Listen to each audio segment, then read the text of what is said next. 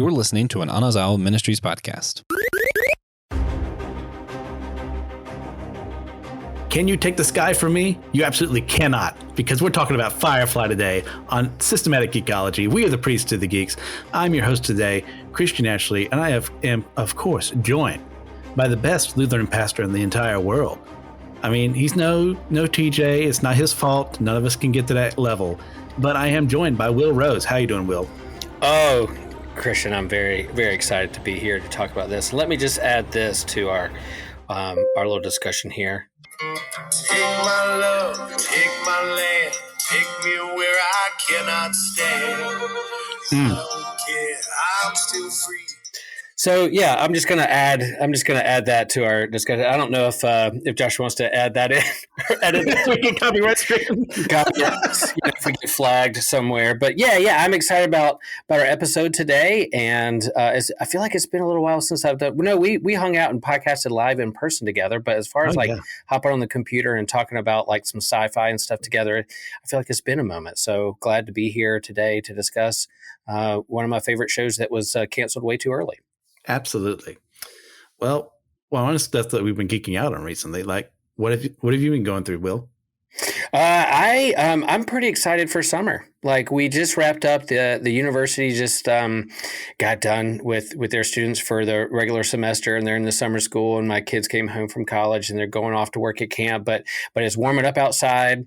The summer movies are here. The blockbusters are right around the corner. I'm just geeking out on summer. Warmer weather, warmer ocean water, going surfing, beach trips, hanging out outside, all those kinds of things. So yeah, I'm geeking out on summer and all that goes along with it. All the geek stuff and the fun beach stuff and all that goes along with the season of summer.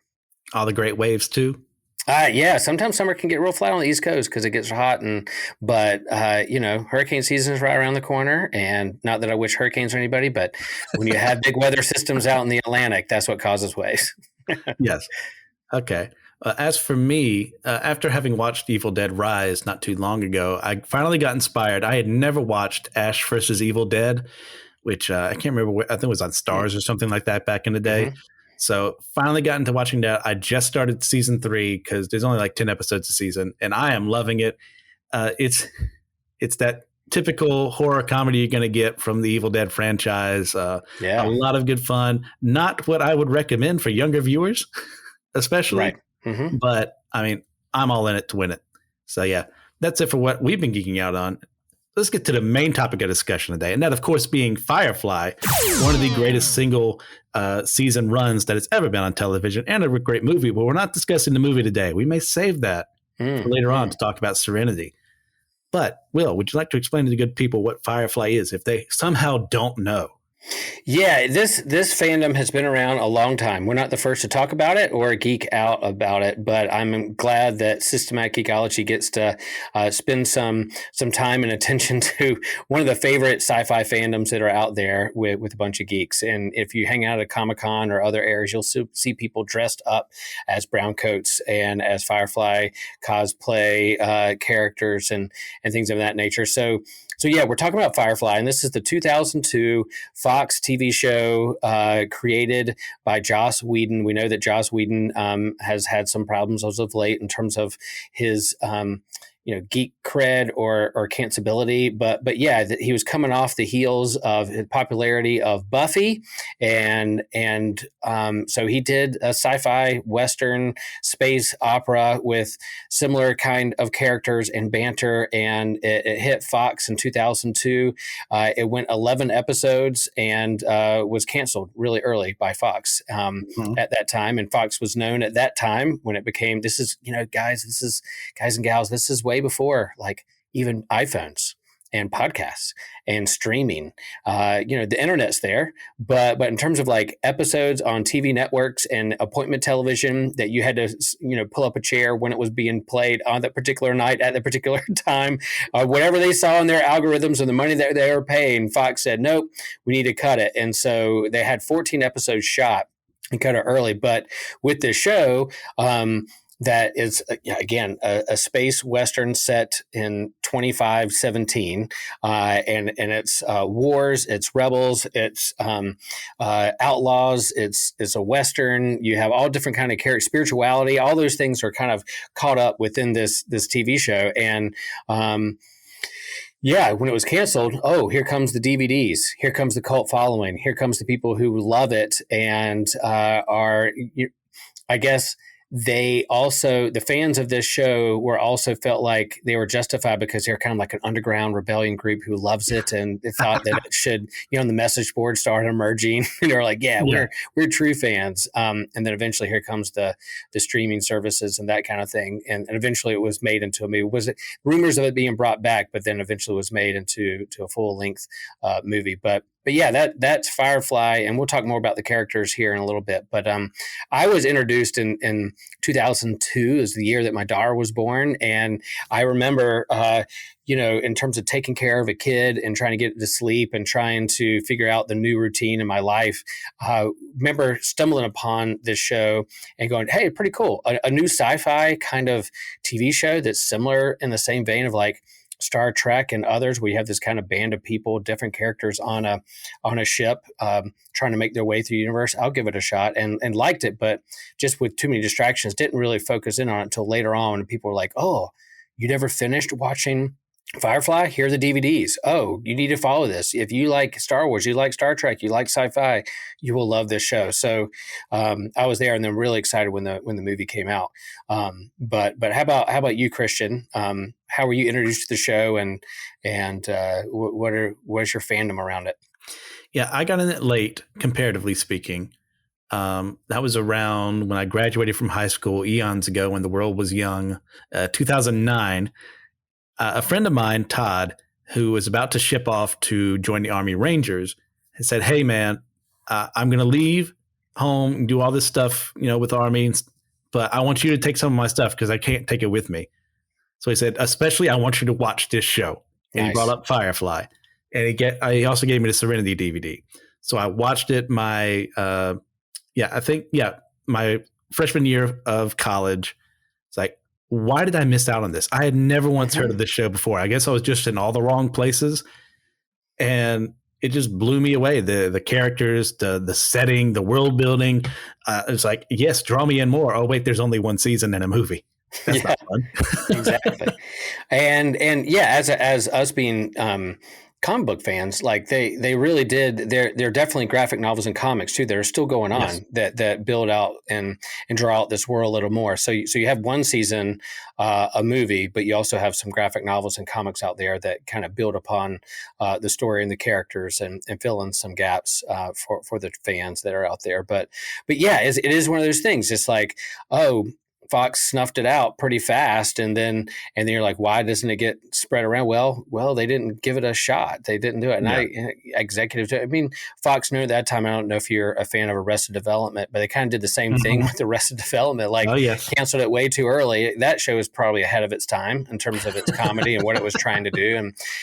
But here was another kind of sci-fi show thrown up there with Joss's humor and characters and character development that I think, it just, at that time, it was a different time in how you viewed and did things before social media, before streaming, before any of those things. So it had to kind of grow underground in the Comic-Cons and the geek circles, and the DVDs being passed around saying, "Hey, you need to check out this show if you didn't know it." Because that was kind of me too. I remember seeing it back then, but then my church in South Carolina, there was when we started God Loves Geeks and started talking about the things we were geeking out on, someone handed me the DVDs and said, "You need to watch this." And so sitting down, sat down and just blazed through it. We binged it on DVD before there was binging on streaming services. Well, was this your introduction to Joss's work? Yeah, I was never a big Buffy fan. Like, I knew of Buffy and I knew how popular it was, but I was not like an ongoing viewer of that show or a fan of that show. I knew it in the background. I knew how popular it was, but then later on the recommendations, I'll recommend, like, he started writing some X-Men comics, and they're like, oh, the writer of Buffy and the creator of Firefly is now on this X-Men book, and I was like, oh, okay, I'll check it out, and loved his style and of writing and comedy, along with seriousness and depth that is there.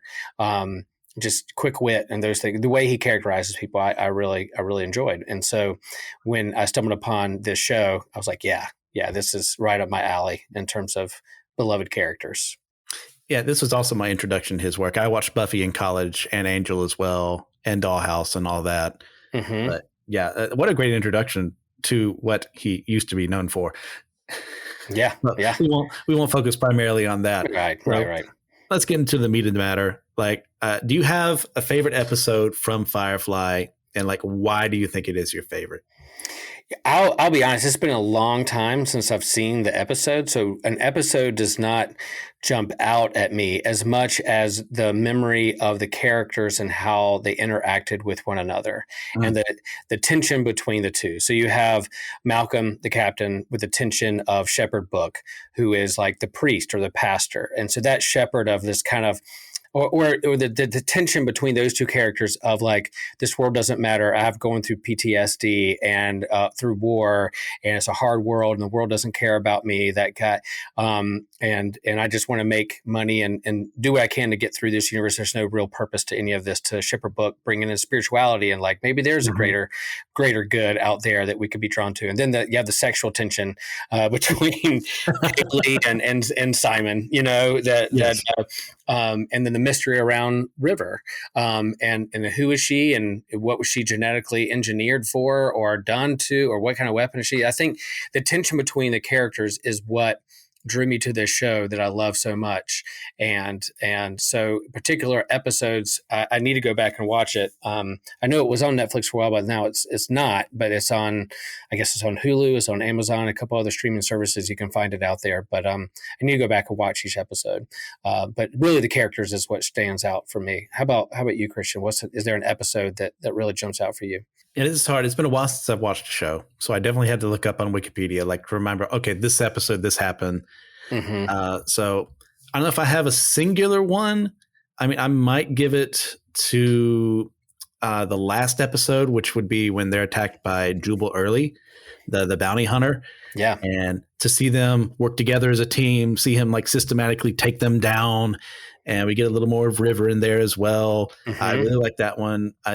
I'd also kind of give it to Janestown, where we get a bit more into him. Yes, that was a good one. Yep. Jane is a character, a Baldwin brother that's in this movie. And, again, it's the slow reveal of who these characters are. They're all brought together on the ship, and then you don't know much of their backstory, but along the way, each episode reveals a little bit more. You're learning along who these people are, along with the characters on the show. So you're right. You learn more about Jane in Janestown. Oh, yes. But if I have to give an answer, gun to my head, I guess I'll say War Stories, which is where we kind of get more into the Wash and, Zoe, marriage, and like, why did she choose him? How much she loves him. And like, you get that great scene at the end where Wash is like up against Mal, like, hey, she never disobeys you. And he said, yes, she did. She married you. Like, oh, man. Yeah. A great episode there. All right. So beyond that, we've already talked about characters. I mean, do you have a favorite from the show there?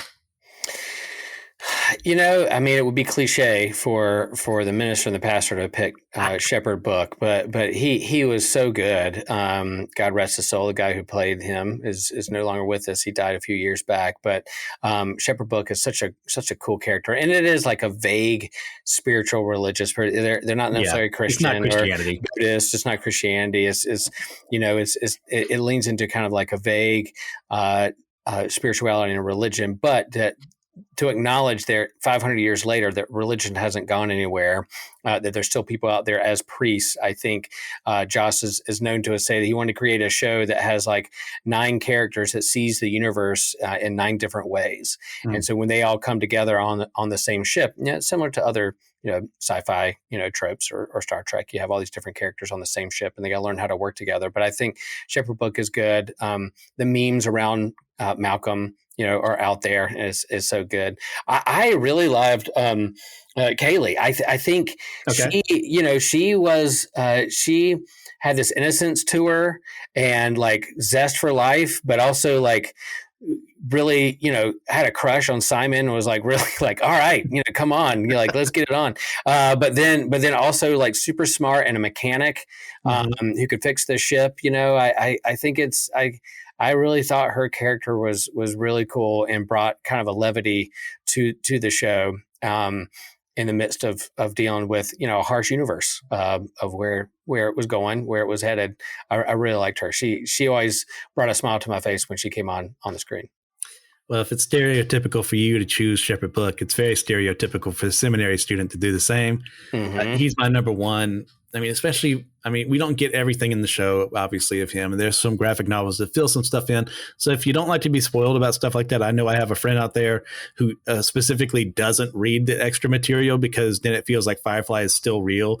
Like he can fill in the gaps himself, which as someone who hates ambiguity, I've mentioned it before, it like drives me insane. He would ever do this, but to each their own, I guess. I mean, I suppose God loves him too. And shout out to you, Cameron.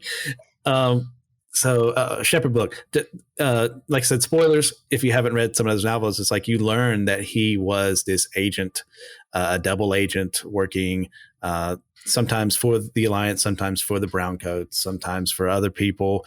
And he killed the person who he took that name from that person because they look kind of similar.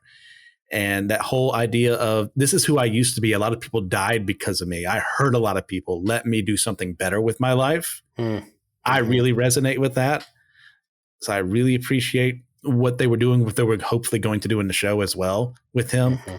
But actually, you talking about Kaylee too kind of made me realize I had unintentionally, like in hindsight, I can definitely see like, oh my gosh, this is so obvious. How did I not know this? I've made a gnome artificer for D&D that is essentially her, like this bright, bubbly person surrounded by a bunch of edgelords sometimes in that party because I'm like the one person without a tragic backstory. So I really appreciate her a lot. River's always a bunch of fun. I wish we'd gotten more from Jane because like there's hints that like there's a lot more to him than what we just see on the surface level. Like he's just lazy on purpose and he could be way better if he actually applied himself.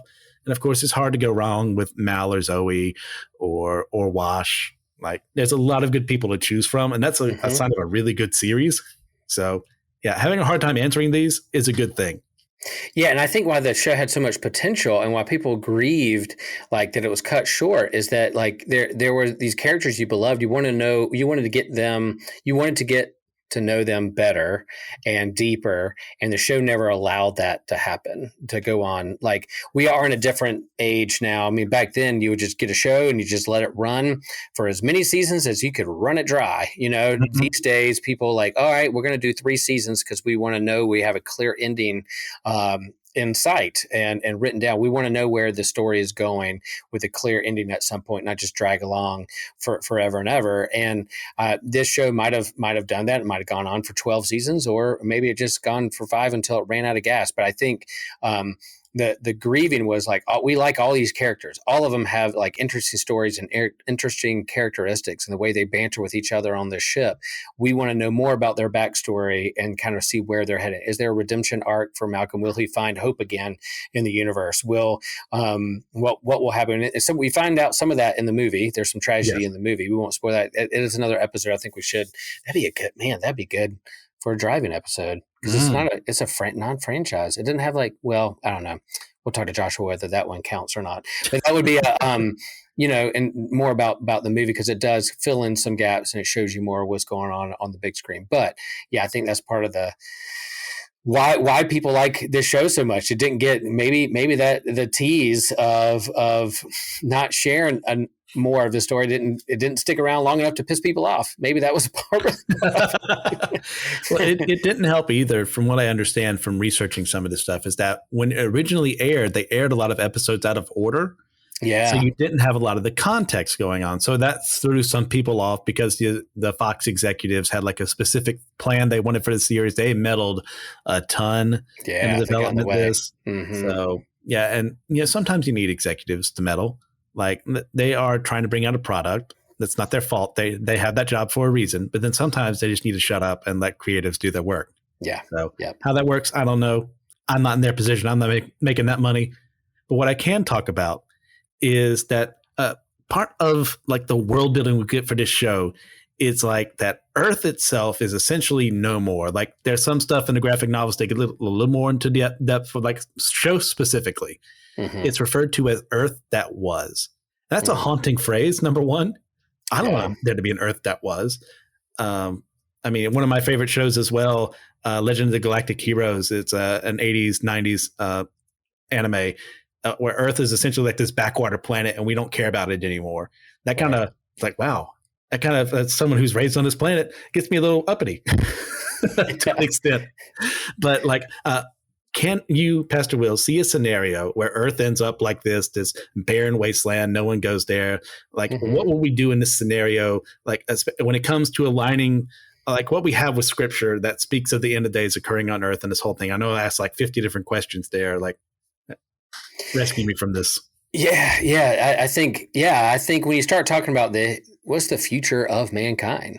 what's the future of humans? What's the future of our Earth? That's a lot of the conversation when we talk about climate change. We talk about terraforming. We talk about space exploration, where we are sending out satellites and things out there to look for habitable planets or other species, intelligent life. We had a whole couple episodes on aliens and how would we act and react. I mean, if you think about just 500 years ago in terms of like putting ships out to sea and finding new lands, we're in the kind of that age now where we're putting ships out to space looking for new lands and new places. So, and you think about how much we progressed over the last 100 years, I can imagine in 500 years, which is when this show takes place, 2517 or something like that, then we could be at a place 500 years from now where maybe we have discovered other planets that are habitable, very, very Earth-like, and we terraform it and use it because we've ruined this planet, because we've done so much to this planet in terms of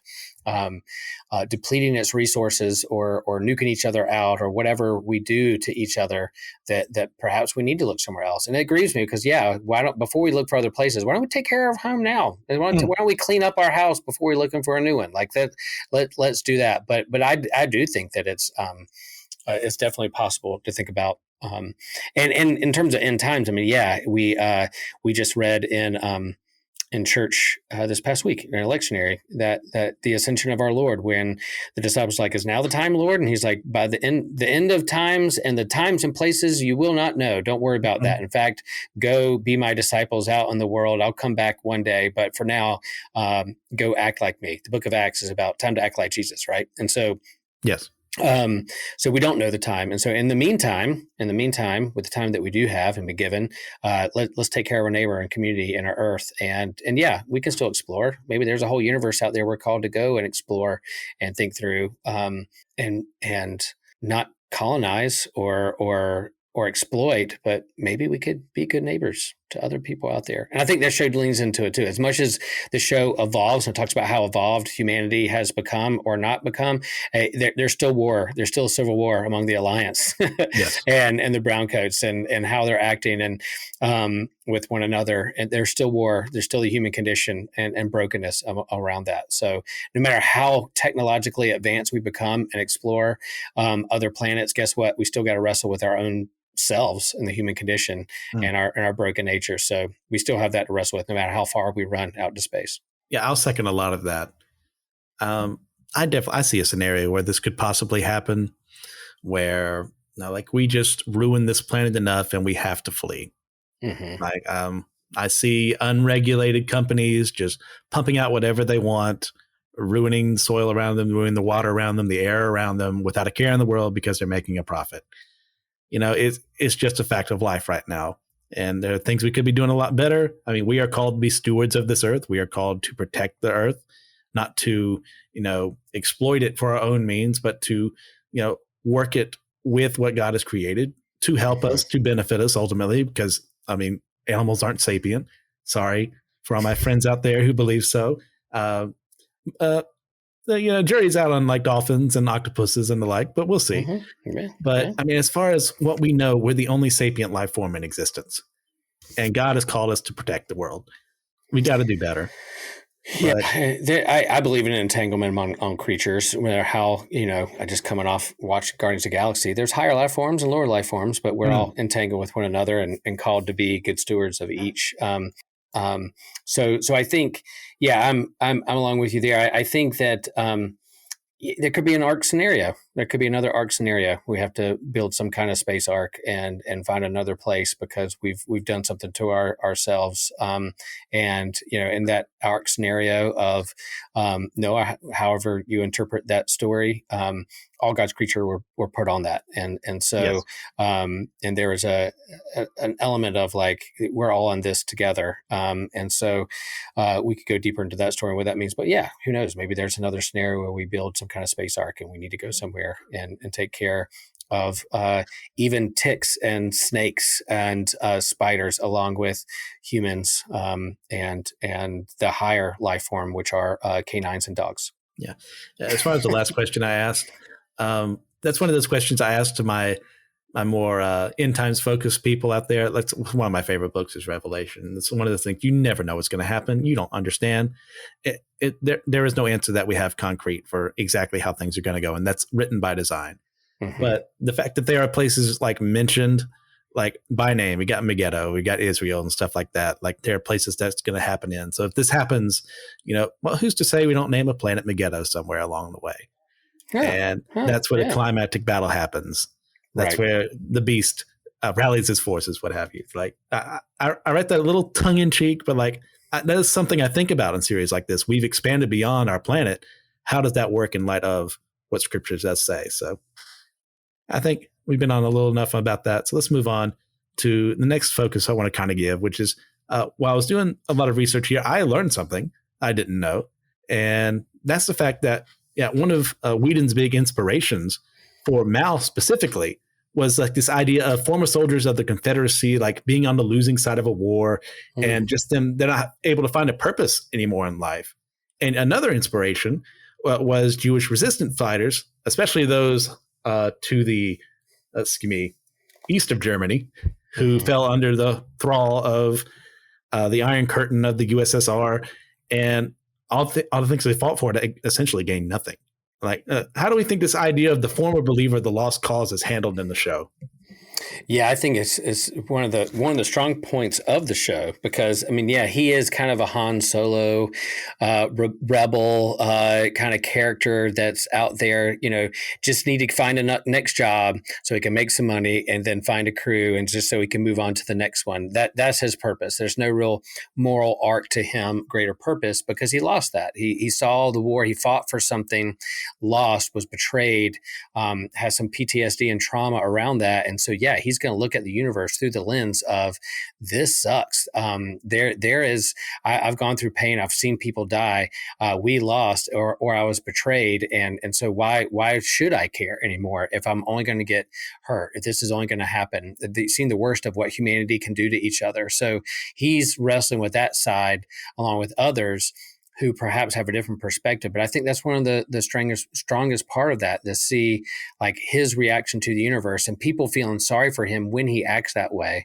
Like, why can't you have some hope? Why can't you love a little? Why can't you find a family? Why can't you settle down? Why can't you find a moral arc to the universe? And he's like, no, because of what he's experienced is hard for him. So he's working that out. And I think, there's a lot of people in our world who wrestle with the same thing. And that's what sci-fi does. It puts you in a different scenario or sandbox, maybe in a future setting or a different environment, so that the same questions that we all wrestle with can be wrestled with in kind of a new way, or have a fresh take on that to help us work out our own kind of indifference or cynicism around what we experience in the world. Yeah, I'll second that too. I mean, specifically with Mal, where he's concerned, I think this is handled extremely well. As that man who he had purpose once in his life. Mm-hmm. That was, I got to fight with the independents. I'm going to, there's this grand cause we have, and we're going to be the ones, we're winning the end, and our cause is righteous. Let's get it done. Oh no, we lost. Everything I believed in is shattered. That support system no longer exists. What do I do with my life? Yeah. Mm-hmm. And there's a bit of directionlessness in him. and you see him along the way, like, oh, how do I interact with people anymore? Like, can I establish this pseudo family on this ship and like get close to them, or am I going to lose them too? Yeah. I mean, Yeah. Inara, it's like, well, do I have feelings for this woman and pursue a relationship with her, or do I just be snarky all the time and put her down for what she does? And so I don't get hurt again. Yeah, that defense mechanism, so I don't get hurt again. Yeah, that's a full display. Yeah. I think that's it. It's like, why should I care? Why should I invest in this relationship if it's only going to lead to pain or brokenness or betrayal again? And I think it lifts up again, like the topic of how we treat our own veterans. Even if we don't believe in a particular war, or if we say, I think that's a wrong war in the first place, still there's people and human beings who are in the midst of it when they come back, or how do we take care of them? How do we get them the help they need or the therapy they need, or give them a different kind of purpose, new kind of purpose, in their environment and relationships and family. So I think all that comes into play in a silly sci-fi TV show. There was only 11 episodes long on TV. There's a lot there. Oh, yes. I mean, even like for someone like Simon too, he used to believe in the system. Mm-hmm. And how it worked in the core worlds and the alliance. And then suddenly, oh no, this personally affects me and I got to go out and do something. Sometimes that's what it takes for people to realize, things are wrong, is when it actually affects you. And I see people all the time disparage that way of thinking. It's like, no, like they got the realization. It doesn't kind of matter when, like embrace them as part of the cause now, just because what's the parable where the workers start at one point in time, the master pays the same amount to people who come later in the day and then later in the day. Yeah. The parable it doesn't matter. Workers when they show up. Yeah. Mm-hmm. Yeah. And it hit close to home for Simon, right? Because they're messing with his sister, so it's like, I believe in the system. I believe what's going on. I'm all in with this kind of toxic system or whatever. And then, it's affecting my sister. They did something to her. What's going on here? No, sorry. I can't believe in this anymore because it literally is affecting my own family and my own blood. So something's got to change here. And so again, what I like about the show and him and Rivers, they want to keep secrets, or they don't want to reveal everything because they're scared, but they're also running from something, but they also have to at some point face it and be honest. How do you earn the trust among the people on the ship so that they can help take care of one another? Yeah, all that goes into the dynamics of our relationships, all of our relationships. Oh, yeah. So I mentioned earlier that one of the inspirations was Confederate soldiers like leaving, like they had this common cause. Now, obviously, there's a lot of racial baggage there that is in the midst of that decision. Like, should a writer like ever gain inspiration from a cause like that for something they can do for a character from a different show? Yeah, I mean, I think it's part of history. I think history. I think we need to wrestle with it and we think through it. I don't think we should ignore it. I think if you can take inspiration from it, it depends on how that inspiration is taking shape or what you're inspired by. Are you inspired by the Civil War because you wanted the South to win? Well, okay, I have questions about that one. If you're taking inspiration in terms of like the human dynamics of what soldiers are put through and then post-war trauma or purpose, there's definitely this particular sci-fi TV show is wrestling with literally a civil war that happened there. Now it wasn't over like slavery and those kinds of things, but there's definitely, to think about what the soldiers went through before, during, and after, I think is a legit something to wrestle with. Look at history to see how that's unfolded and then how that could take place now. Because there's things, while slavery is not a reality within our country now, but there's still systemic racism. There's still a war going on in Ukraine, and what's going on over there, and people who are fighting for or against, or maybe because they're just fighting for Russia because that's all they know. Do they want to or not to? Or what are the pressures amidst all that? Those dynamics are still unfolding in our world as we record this episode. Yeah, bringing up the Russia-Ukraine war is a very good parallel here in that regard. It's like, I'm sure the vast majority of the Russian soldiers fighting right now, number one, didn't really understand everything going in. And then two, they kind of don't want to be there anymore after everything they're doing. Like, there's desertions all the time. There's people fleeing because like that's not what I signed up for. I mean, even going back to the Confederate side of things, you look at history, like how could you not learn from that? Why would you ignore this and say, well, we can't speak about it because it was bad? That's not how the world works, because bad things are going to happen again. I mean, you see things like, just after the war, we had the Ku Klux Klan arrive because it was created because a bunch of Confederate veterans were like, okay, they took this away from us, but we're not going to go down without a fight. And that was the exact wrong thing to do. But that happened because of everything going on. If you don't understand the totality of that situation, we just say, oh, well, they're just racist. And like, sure, yeah, absolutely. 100%. They are very racist. But like they had a reason. It's not a good reason. Once again, let me preface that a lot. But they had a reason for doing it, and they thought they were being disenfranchised. And then we see Mao does the exact opposite of that. He could have definitely, started some raider gang somewhere to get back at the alliance and say, oh, you wronged us. It's like, because I don't think the alliance is necessarily analogous to the Union in this scenario. Right. But I mean, you look like now the rise of neo-Nazi ideas coming into people and white nationalism. And you say, well, we defeated that when we defeated Hitler in 1945.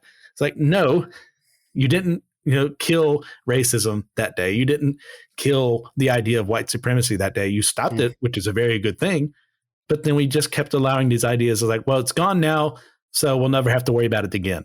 Yeah, the whole kind of sentiment of like, can't we just move on? Can't we just move on?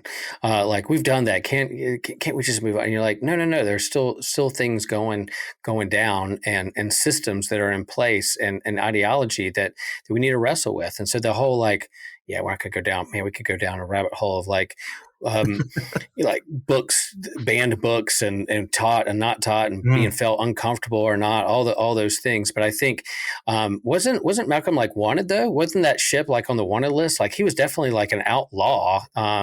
Yes. So they are always nervous when they bumped up against an alliance ship and soldiers. Like they were on the run, and not only because they were on getting a job to get paid or smuggle or do illegal things, but there's also they're on some list somewhere. But yeah, it's like, what are we running from? And sometimes I feel like in this conversation, when it comes to like systemic racism, white supremacy, and those kinds of things, or what books we're going to read or not read, because I feel uncomfortable, it's kind of like, well, maybe because we can't just bury it. We got to face it. What are we running from? What are we scared of? And again, it does boil down to trust, authenticity, those kinds of things when it comes to relationships. But how do we build that too? And that's kind of it's kind of what we're doing with Systematic Geekology. We're trying to create a wider audience so we have these conversations, and regardless of how you vote. But yeah, I think there's some deep questions we need to wrestle with and face and not run from. And that comes into play. All right. Well, let's go on to a different topic, a wildly different topic, I might add. Like I mentioned in our earlier, I think you did before me too. Yeah. Another facet that the show kind of has is essentially legalized prostitution through the companions. Like, what are our feelings on the legitimacy of this? Like, considering what Scripture has to say on marriage and relations and stuff like that. Christian is bringing it. So we're not only talking about like Civil War and slavery, he's bringing in prostitution and sex to this. All right, Christian, here we go. Yeah. All right. No, I think this show, as short a run as it had, and it's a sci-fi TV show. People on a ship with different relationships and different, male and female hanging out on the same ship. You're going to have issues of relationships and family and friendships and sexuality as well. So yeah, I think in other sci-fi genre. Fandoms wrestle with that too. So this is no different. But Joss brings up to the point, he was known at this time, especially for kind of with Buffy and post Buffy, and then into this, known as having strong female characters and being on the side of feminism and like he's a male feminist. He's like, yeah, you see how he writes comic book characters, the strong leading voice. So I think part of that leaning into like normalizing prostitution and companionship to say like sex workers are liberated in a sense that they're not going to be exploited, but they're going to take power of their own and use it in a way that's empowering rather than like exploitative. So I think that's an element that he's playing around with. And later on, there's been some actresses and others who have said that maybe Joss isn't as feminist as he claimed to be. Maybe he's covering up some things. Maybe he's overreaching because he didn't want people to find out other things. I don't know. I don't know those whole stories. You can look on that on another thing. But I think that's what he was getting at. 500 years later in the future, perhaps we've evolved in a sense where we see sex, prostitution, sex workers in a different way. Maybe we have evolved more by then. But I still think it still holds up a mirror and it still forces us to ask the questions: what are our views on sexuality and sex and the purpose behind it? Is it just a part of my like human appetite that I need to like quench as a human being, or is there something deeper there that I think Scripture and faith communities lift up, that this has something deeper to do with trust and family and marriage and commitment and covenants? That is what we need to I guess think through and ask about. So yeah, I guess at the time it was pretty edgy in 2002 to talk about, oh my gosh, she's not a prostitute, she's a companion. And there was a little bit of that kind of stigma in the show too. They kind of, oh, aren't you just someone who's like hired out to have sex with guys? But they're like, no, there's something deeper here, where she talked about is a legitimate like vocation. But I think this particular TV show lifts that up a little bit, or tries to go down that road. And I think there is room within our faith communities, obviously, to talk about, well, what is the purpose and meaning of sex? We're talking to people, our teens or people of any age. What is the true purpose and nature of sex, of sexuality, of companionship, family, those kinds of things? So I've rambled long enough, but those are things that come to my mind that I think this show lifts up to the surface, that I think are legitimate questions to wrestle with. Ramble on, Will. Yeah. Led Zeppelin. Woo. What about you, Christian? What are you talking about? What does this bring to? You're a little bit more conservative than me when it comes to sexuality and yes, and at your particular seminary where you're going in tradition. But it's a great question, and glad that we can have the conversation. What is something you enjoy this show when that topic comes up to the surface? What does it draw out for you, or what questions does it force you to wrestle with? I mean, my initial reaction forever ago, when I was not exactly sheltered, but not exactly far away from that either, was confusion and being upset and a little bit of revulsion. Mm-hmm. Now that I've grown up a bit, it's like, okay, I see what you're going for here. And especially as that talk has become more popular of, we should legalize prostitution. And instead of prostitution, I'm glad you said it before me. You said sex work. And that's trying to create a new term for something that has been used for thousands of years to try and make it look like it's okay. And I am very much against that idea. I mean, you can argue, and I think there's an argument behind it, that if this is legalized, you can organize things to where more than likely that bad things won't happen to the prostitutes involved. Safer. Mm-hmm. Yeah. But at the end of the day, it's still sin. It's outside the confines of marriage. And once again, this is not just their fault. They're not the only ones sitting here. It takes two to tango, as they say. Mm-hmm. So you get to Jesus and the adulterous woman, like, well, they got her out. Where was the guy? Just stoned to death. Mm-hmm. Like, it's at that point, like, look, there are two people equally to blame here. But at the end of the day, I understand the intent behind wanting to change the term, because especially as someone who really loves true crime, there are a lot, especially, I mean, all over time, but you get more 70s, 80s of serial killers who got a lot of their start killing off prostitutes because no one cared. Mm. They were less than. They were unseen. They would go to the police and say, hey, I think it's this guy here. And they wouldn't take them seriously simply because of their profession. And that's not good. But once again, I wish they were never in that life to begin with. I don't want them to harm themselves that way. They deserve a lot better for themselves. But the idea of them being seen as less than and then change this word to actually make it look like it's good, it's too far of an overcorrection, in my opinion. I guess when I look at it now, I'm like, okay, when people ask me a question, I'm usually like, what's behind the question? There's a deeper question behind the question. Yeah. And so when I see someone, there's a couple scenes where you see Inara like with a soldier, an alliance soldier, and then he's leaving, or he's with her in there as she's telecalming Malcolm, and he's like, "Oh, you're working. You got somebody there with you." He's jealous. They're working on all that stuff. But when I see that scene, I'm like, what drew that person to her? What is he longing for? What is he hungering for? Is he hungering for companionship and true, authentic relationship, or he's just trying to have sex with a hot girl? Like, I mean, he's like, is that what's really going on there, or is like, what's behind the longing or the act itself? And so again, we talked earlier about white supremacy and the systems that go deeper to why that exists in the first place, rather than just saying like a racist comment. What's the system around it? So again, I think it's analogous to here and when it comes to like Anar's profession of sex work or sexuality and companionship. They call it being a companion. What's behind it? What's the system? What are we longing for? And you see that tension of jealousy between Malcolm and her, and want to have an authentic, exclusive relationship. Should they have a family? Should they not? Should they settle down? How could he be with her knowing that that's her job? And could she be with him knowing that he's, basically a thief and a thug, stealing from others? So like, I think that all goes into play, and those are good relationship dynamics about humans being in a relationship with another. And I think the conversation, we shouldn't just as we should not shy away from questions of how we treat our veterans in just war and systemic racism. We shouldn't shy away from questions of sexuality and the purpose and meaning of sex and what it does with us and for us. And, the first commandment in the Bible in Genesis, be fruitful, multiply.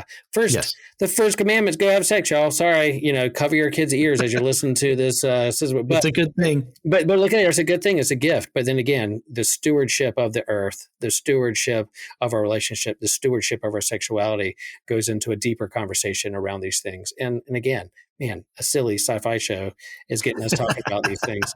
But you look at the three female characters in the show, right? All right, you have Kaylee.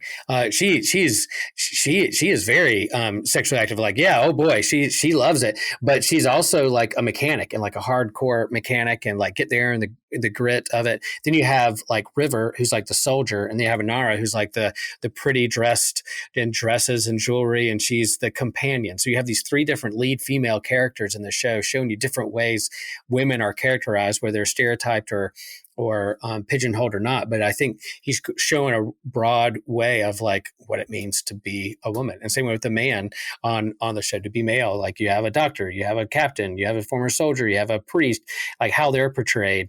I think it's great. He put his team together on that ship, the crew, and there's a lot of different ways to look at relationships and how you navigate the world through those relationships. Yeah, I think the point you made there about the three women we get, I apologize for the words I'm about to use. It's like the Madonna horror complex, I think it is called. There's one, it's like Child or Ingenue or something like that. I'd have to look it up. But they essentially, the three of them fit those stereotypes in that regard. You have, you could argue between Inara and Kaylee who would be the Madonna and the whore in that situation. So I'm sorry for using this word. That's the actual term for this. Right. But River would be that ingenue, that childlike figure, even though she is a woman. Like she's innocent. She's more pure comparatively. So she's not looked at as that lustful sexual object as much as would be for other characters. Like Nara would definitely in this situation, once again, sorry for the word, but she would be the whore in this situation. And you get the Madonna, like to an extent could be for Kaylee, of that this is the woman you should be seeking after, even though it's a little twisted in that regard that she is very sex positive for herself. She goes after it a bit more, but comparatively speaking, one's more obvious about it. So I think also the issue of objectification, that is a big part of that. So again, in terms of movies and comics and sci-fi, a long history of how women are portrayed. But I think Josh was trying to move the needle a little bit to not have it be such a stigma, taboo, objectification kind of vocation kind of thing, exploitative, and try to see. But again, I'll say this show, 500 years in the future, no matter how much tech or what different labels we called certain vocations, humans are still going to be humans, and there's still brokenness, and they're still going to wrestle with war and jealousy and their sexuality and whether trust issues, all those things come into play because humans are going to be human no matter what. So well said, Will. Yeah. So before we get to wrap up, like if this show had kept going, what would you have liked to have seen? Yeah, I just want to see more character development. I think the movie tried to do that, and in a lot of ways did do that. But yeah, I don't know if it's so hard to tell. And with TV shows, I'm so jaded because just like Ted Lasso's three seasons, and I don't know if I want it to go 8 seasons because he's maybe one extra, but I don't want to go too long because I don't want it to wear out its welcome. So but yeah, at least 2 or 3 more seasons of fleshing out these characters and having a finale and having some good villains and bumping up against the Alliance. They didn't have time to really go there. The comic books do that some, and the movie did do it, but I just would have seen. I love these characters. Wanted to see more adventures. What's the next adventure? And this was also like episodic TV show where what's the job of the week, the adventure of the week, but with a little bit of backstory is its style. And so let's see some adventures and see how they could have fleshed these characters out a little bit more. Yeah, I think Serenity gave me enough. Like there's definitely there's always fanfic fuel would be the word some people would use. Be like, I could write more about this. See, them doing another job here, or seeing like maybe they start some active rebellion against the Alliance again, and we have a whole new independence movement. Like that'd be great. But when we get to that Serenity episode, which of course we have to do now, I think there's a lot to discuss about where characters went, where they could have gone if we had gotten more time with them. I definitely I'm with you. The characters, I want more of them. And I love fleshing out the world. That's one of my favorite things. But the characters I care way more about than anything. Yeah. So go ahead. You just made me want to watch the movie again. I'm gonna go find it sometime soon. Yeah. Do you have anything you'd like to discuss before we wrap things up? No, it's a good show. Go watch it. If you haven't seen it before, you can find it out there. But a lot of fun. And I think it is kind of like maybe because it got canceled is why it's so popular, because there's so little of it that it didn't have enough time to flesh out more. People got tired of it or got mad at it. It has this kind of cult following because it was canceled, because there's not enough episodes to fill in. People love it. And so it's a good thing to love because we could be rebels and man, it got cut too short, but yeah. Well, how would you rate the show overall? I think overall for its time and then its endurance, are we talking like 1 to 10? Sure. Yeah, I give it an 8. It's a strong 8 for me. It's not my favorite sci-fi of all time, but it's up there in the conversation around like most popular sci-fi and what people, in terms of the geekdoms and the fandoms and the Comic-Cons, like it has a good following in it, and rightfully so. So I'll give it an 8. I fluctuate. Some days it's absolutely a 10 on my mind. Other days I'll think about something. I don't care about that much for that. It'll be a 9.5. So I'll say 9.5 for the sake of argument. You go all the way down to 6, but you went like 9.5. So it fluctuates between 9.5 and 10 for you, like 9.7. I love the series, man. Yeah, that's good. That's a good recommendation. That's a good grade. Well, speaking of recommendations, you kind of hinted at it before, but go ahead and tell us what your recommendation is for this episode. Yeah, my recommendation is Joss Whedon and John Cassidy run on Astonishing X-Men, my favorite comic book artist of all time, or at least he's up there. And then the way Joss wrote the X-Men characters, my beloved X-Men characters, on that kind of reboot with Astonishing X-Men is some of the best X-Men comics ever. And man, he brought back a beloved character. He killed off some others. He created some new ones. It's so good. That whole arc, his whole run on that is some of my favorite comics of all time. Yeah, that's a really good one to suggest. I will go on the video game side of things. To my Firefly fans, to my Fallout New Vegas fans, you want a mix of the two, essentially, go out and play the Outer Worlds. Like you get a little bit of both there. It's a great RPG. It's a great exploration game where you're going to these different worlds. You're doing these jobs. You got a great crew to assemble. You're killing monsters along the way too, while you're facing down these corporations that control this star system you're in. It's a really fun game. Check it out. So, guys, thanks for listening to this episode. Please, if you get the chance, just leave us a 5-star review on your podcasting platform of choice. Really helps bring the flow of the show going to reach more people out there. You can also go ahead and head to our YouTube page, our Discord page, become a patron as well. If you got the money for that, don't worry if you don't. We still love you. And as well, go ahead and you can suggest future episode topics on Discord, because we're doing 2 fairly soon that were brought up. So I'm really excited about those. And remember, we are all a chosen people, a geekdom of priests.